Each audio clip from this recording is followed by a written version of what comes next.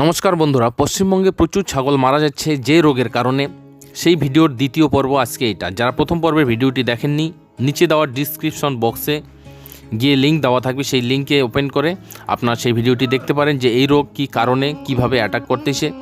সাধারণত যে এই রোগের নাম সিবিপিপি, কন্টিজিউয়াস বোভাইন প্লুরোপিনিউমোনিয়া, যে ব্যাকটেরিয়ার নাম মাইকোপ্লাজমা মাইকোয়েডস যে ব্যাকটেরিয়া, এই ব্যাকটেরিয়ার কারণে যে রোগটি হয়। তো প্রথম পর্বের ভিডিওতে ট্রিটমেন্ট দেওয়া ছিল না, সে কিভাবে রোগে গ্রসিত হয়, তার সিমটম, এই জিনিসগুলো দেওয়া ছিল। আজকে এই ভিডিওটিতে দেওয়া থাকবে এই রোগের ট্রিটমেন্ট ও মেডিসিন। তো ভিডিওটিকে স্কিপ না করে শেষ মুহূর্ত অবধি অবশ্যই মনোযোগ সহকারে দেখবেন। যদিও আমার এই ভিডিওগুলি ভালো লেগে থাকে, লাইক কমেন্ট শেয়ার অবশ্যই করবেন, যেন আমরা উৎসাহিত হয়ে আমরা বিভিন্ন রকম আরও রোগের ভিডিও, তার ট্রিটমেন্ট নিয়ে আসতে পারি আপনাদের সামনে। আরেকটা কথা মনে রাখবেন, ট্রিটমেন্ট মেডিসিনের সঠিক ব্যবহার এবং সঠিক কাজ জেনে ট্রিটমেন্ট করা উচিত। কেননা সঠিক কাজ এবং ব্যবহার না জেনে যদি করি, উল্টো অন্যদিকে রিয়াকশন হতে পারে, যার জন্য সঠিকভাবে জেনেই ট্রিটমেন্ট করতে হবে। এখানে যে ট্রিটমেন্ট বলা হবে হুবহু এই ট্রিটমেন্ট যে করবেন তার কোনো মানে নয়। কেননা সেখানে যে রোগটি অ্যাটাক করে এটা অন্য কোনো কারণে হতে পারে, অন্য কোনো লক্ষণ হতে পারে। তো এইসব বিষয় জেনেই কিন্তু ট্রিটমেন্ট করা উচিত।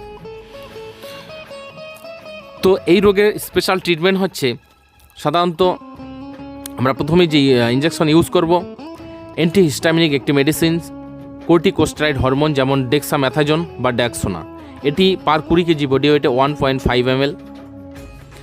এটি শরীরে যে হিস্টামিন তৈরি হয়, অ্যালার্জি তৈরি হয়, তার অ্যান্টি অ্যালার্জি হিসাবে কাজ করবে, শরীরের অ্যালার্জিকে নষ্ট করে দেবে।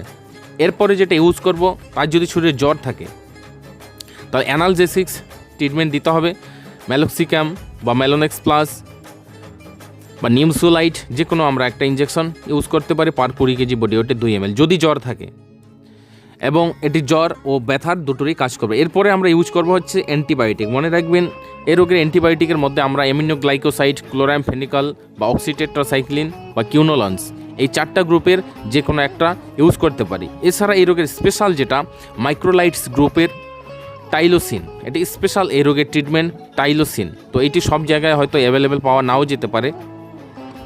এটি ভেট ইন্ডিয়া কোম্পানির টাইসিন নামে মার্কেটে পাওয়া যায়। এটি যদি আমরা ইউজ করি পার 20 কেজি বডি ওয়েটে 1.5 ml আমরা ইউজ করব। এরপরে শরীর কমজোর হয়ে যাওয়ার জন্য তাকে একটা ভিটামিন বি কমপ্লেক্স ইঞ্জেকশন আমরা ইউজ করতে পারি পার 20 কেজি বডি ওয়েটে 2 ml। যেমন ধরো কনসিপ্লেক্স, আমরা পার 20 কেজি বডি ওয়েটে 2 ml ইউজ করব।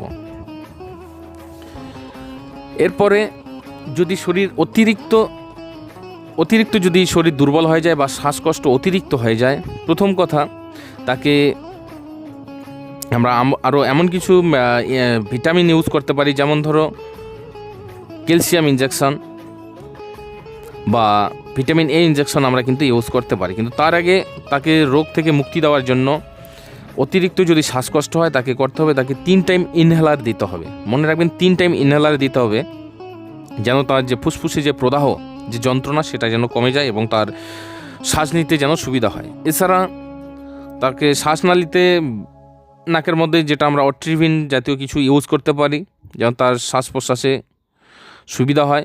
এরপরে আমরা নাকে যে একটি অ্যান্টিবায়োটিক তেল বা মিক্স অয়েল যেটা আমরা তৈরি করি, বা সর্ষের তেল নাকের মধ্যে দিতে পারবেন। তার বুকে আপনার সর্ষের তেল একটু হালকা রসুন দিয়ে গরম করেও মালিশ করতে পারবেন তার যন্ত্রণাটা কমানোর জন্য। তো যাই হোক বন্ধুরা, এই রোগের ট্রিটমেন্ট এইটুকুই। আগের ভিডিওটি যারা দেখেননি, ডিসক্রিপশন বক্সে গিয়ে আগের লিঙ্ক ক্লিক করে আগের ভিডিওটি দেখে নেবেন। তো ভালো থাকবেন বন্ধুরা, ধন্যবাদ। এরপরে আমরা আবারও কঠিন রোগের ভিডিও নিয়ে আসবো। ভালো থাকবেন, ধন্যবাদ।